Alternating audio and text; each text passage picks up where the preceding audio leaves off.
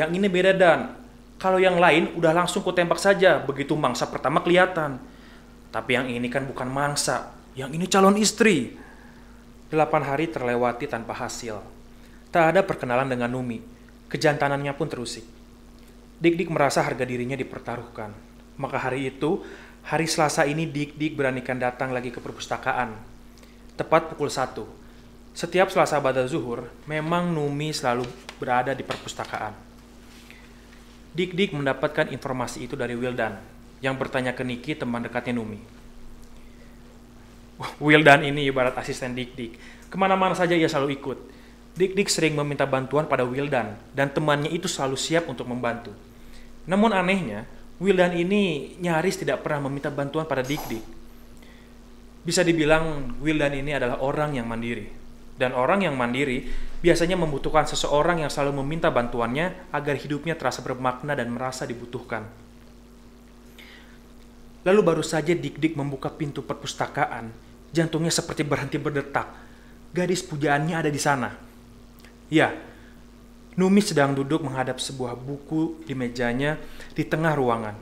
Dan ia sendirian. Dik, ini kesempatanmu, datangi ia. Namun sialnya kaki Dik-dik seperti tidak mau bergerak.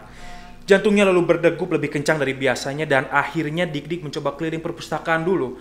Pura-pura mencari skripsi di rak, membuka secara asal beberapa skripsi untuk menenangkan diri. Menenangkan diri kok carinya skripsi sih Dik? Yang lain kan bisa, pikir Dik-dik dalam dirinya. Dik-dik meringis sendirian. Kemudian ia teringat sebuah doa yang Fajar sebutkan padanya kemarin. Dik, kalau kamu panik, nggak tenang atau gelisah, baca ini. Allahumma yasir walatu asir. Baiklah, kita tenangkan diri, tarik nafas, dan baca doa itu. Akhirnya Dik-dik berhasil menarik kakinya untuk menghampiri Numi.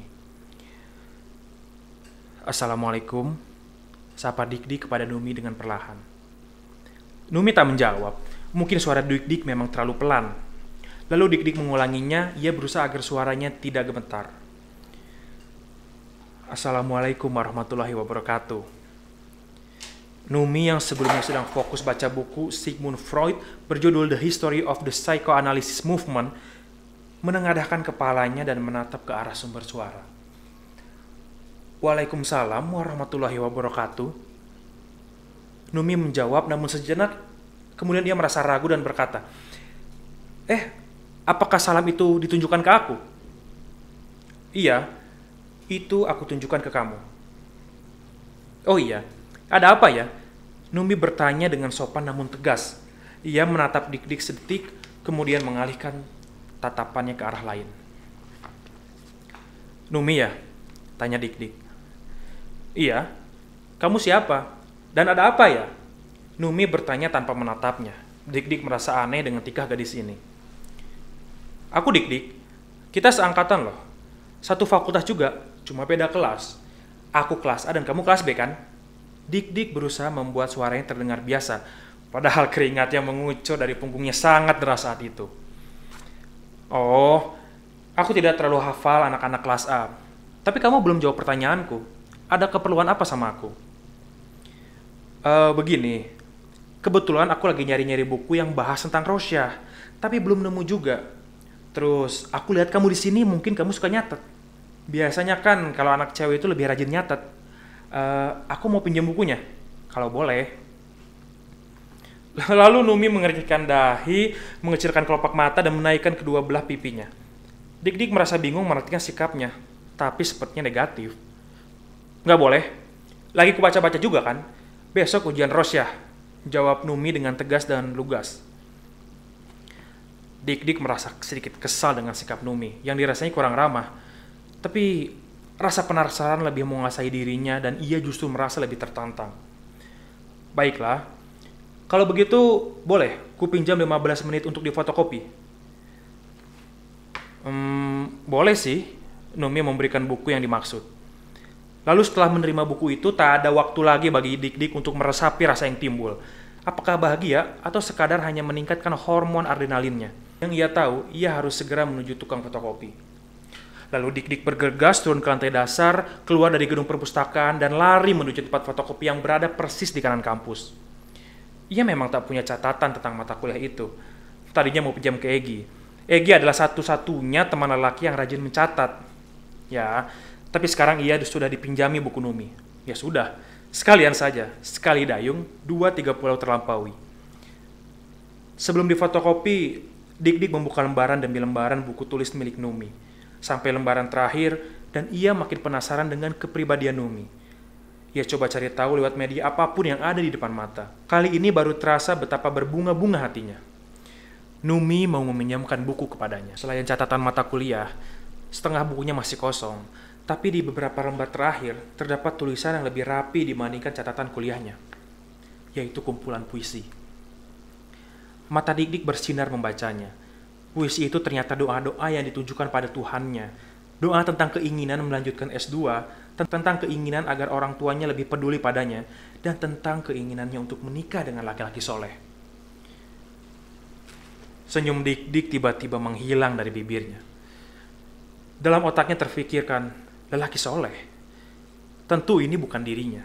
Ini sangat jauh dari keadaan Dik-Dik sekarang. Lalu tiba-tiba Dik-Dik teringat lagi Quran Surat An-Nur ayat 26 yang pernah dibacanya di beranda masjid, bahwa wanita yang baik untuk lelaki yang baik. Jadi ia merasa tentu saja usahanya sia-sia, karena jelas Dik-Dik bukanlah orang yang baik. Seketika tubuhnya lemas ketika ia tiba di tempat fotokopi. Sekalian emang 5 halaman dari halaman terakhir juga difotokopi. Tukang fotokopi menjawab dengan wajah datar. Siap Dan, 86.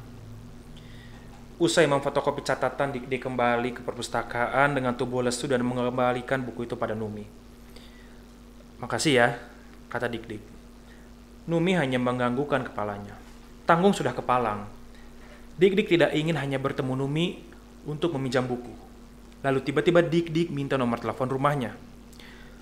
Boleh minta nomor telepon? Aku nggak punya HP. Maksudku nomor telepon rumahmu? Memang buat apa? Buat nelpon kamu? Telepon? Mau ngapain? Dik-Dik terkesima dengan cara Numi mendakapi permintaannya. Gadis ini benar-benar membuat Dik-Dik mati kutu. Ya, barangkali mungkin nanti ada yang perlu. Aku ingin menelponmu. Ya sudah, nanti saja mintanya. Kalau tiba-tiba perlunya mendadak gimana? Lalu tiba-tiba suasana hening. Dik-Dik dan Numi bingung harus berbuat apa. 10 detik berlalu dan Numi tetap diam. Mampus kau, Dik. Jangan diam saja. Ngomong apa kek? Dik-Dik geram dengan dirinya sendiri sambil terus berpikir apa yang bisa ia bahas dengan Numi. Dik-Dik jadi kikuk, mulutnya terkunci. Tapi kemudian, Numi mengeluarkan selembar kertas dan mencatat sebaris nomor di atasnya. Nih, berinya sambil berpamitan dari hadapannya. Ya, Dik-Dik memang jagoan. Dik-Dik sengaja membiarkan waktu seminggu berlalu tanpa menelepon Numi. Trik ini ia sengaja lakukan agar tak disangka terburu nafsu dan perasaannya tidak terungkap. Padahal dalam hatinya, ia tak sabar ingin menelepon Numi dan berbincang-bincang dengannya.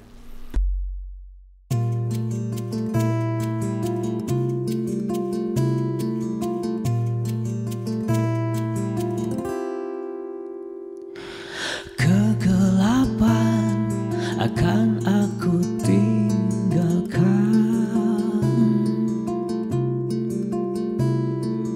Insya Allah takkan lagi aku terjebak di sana.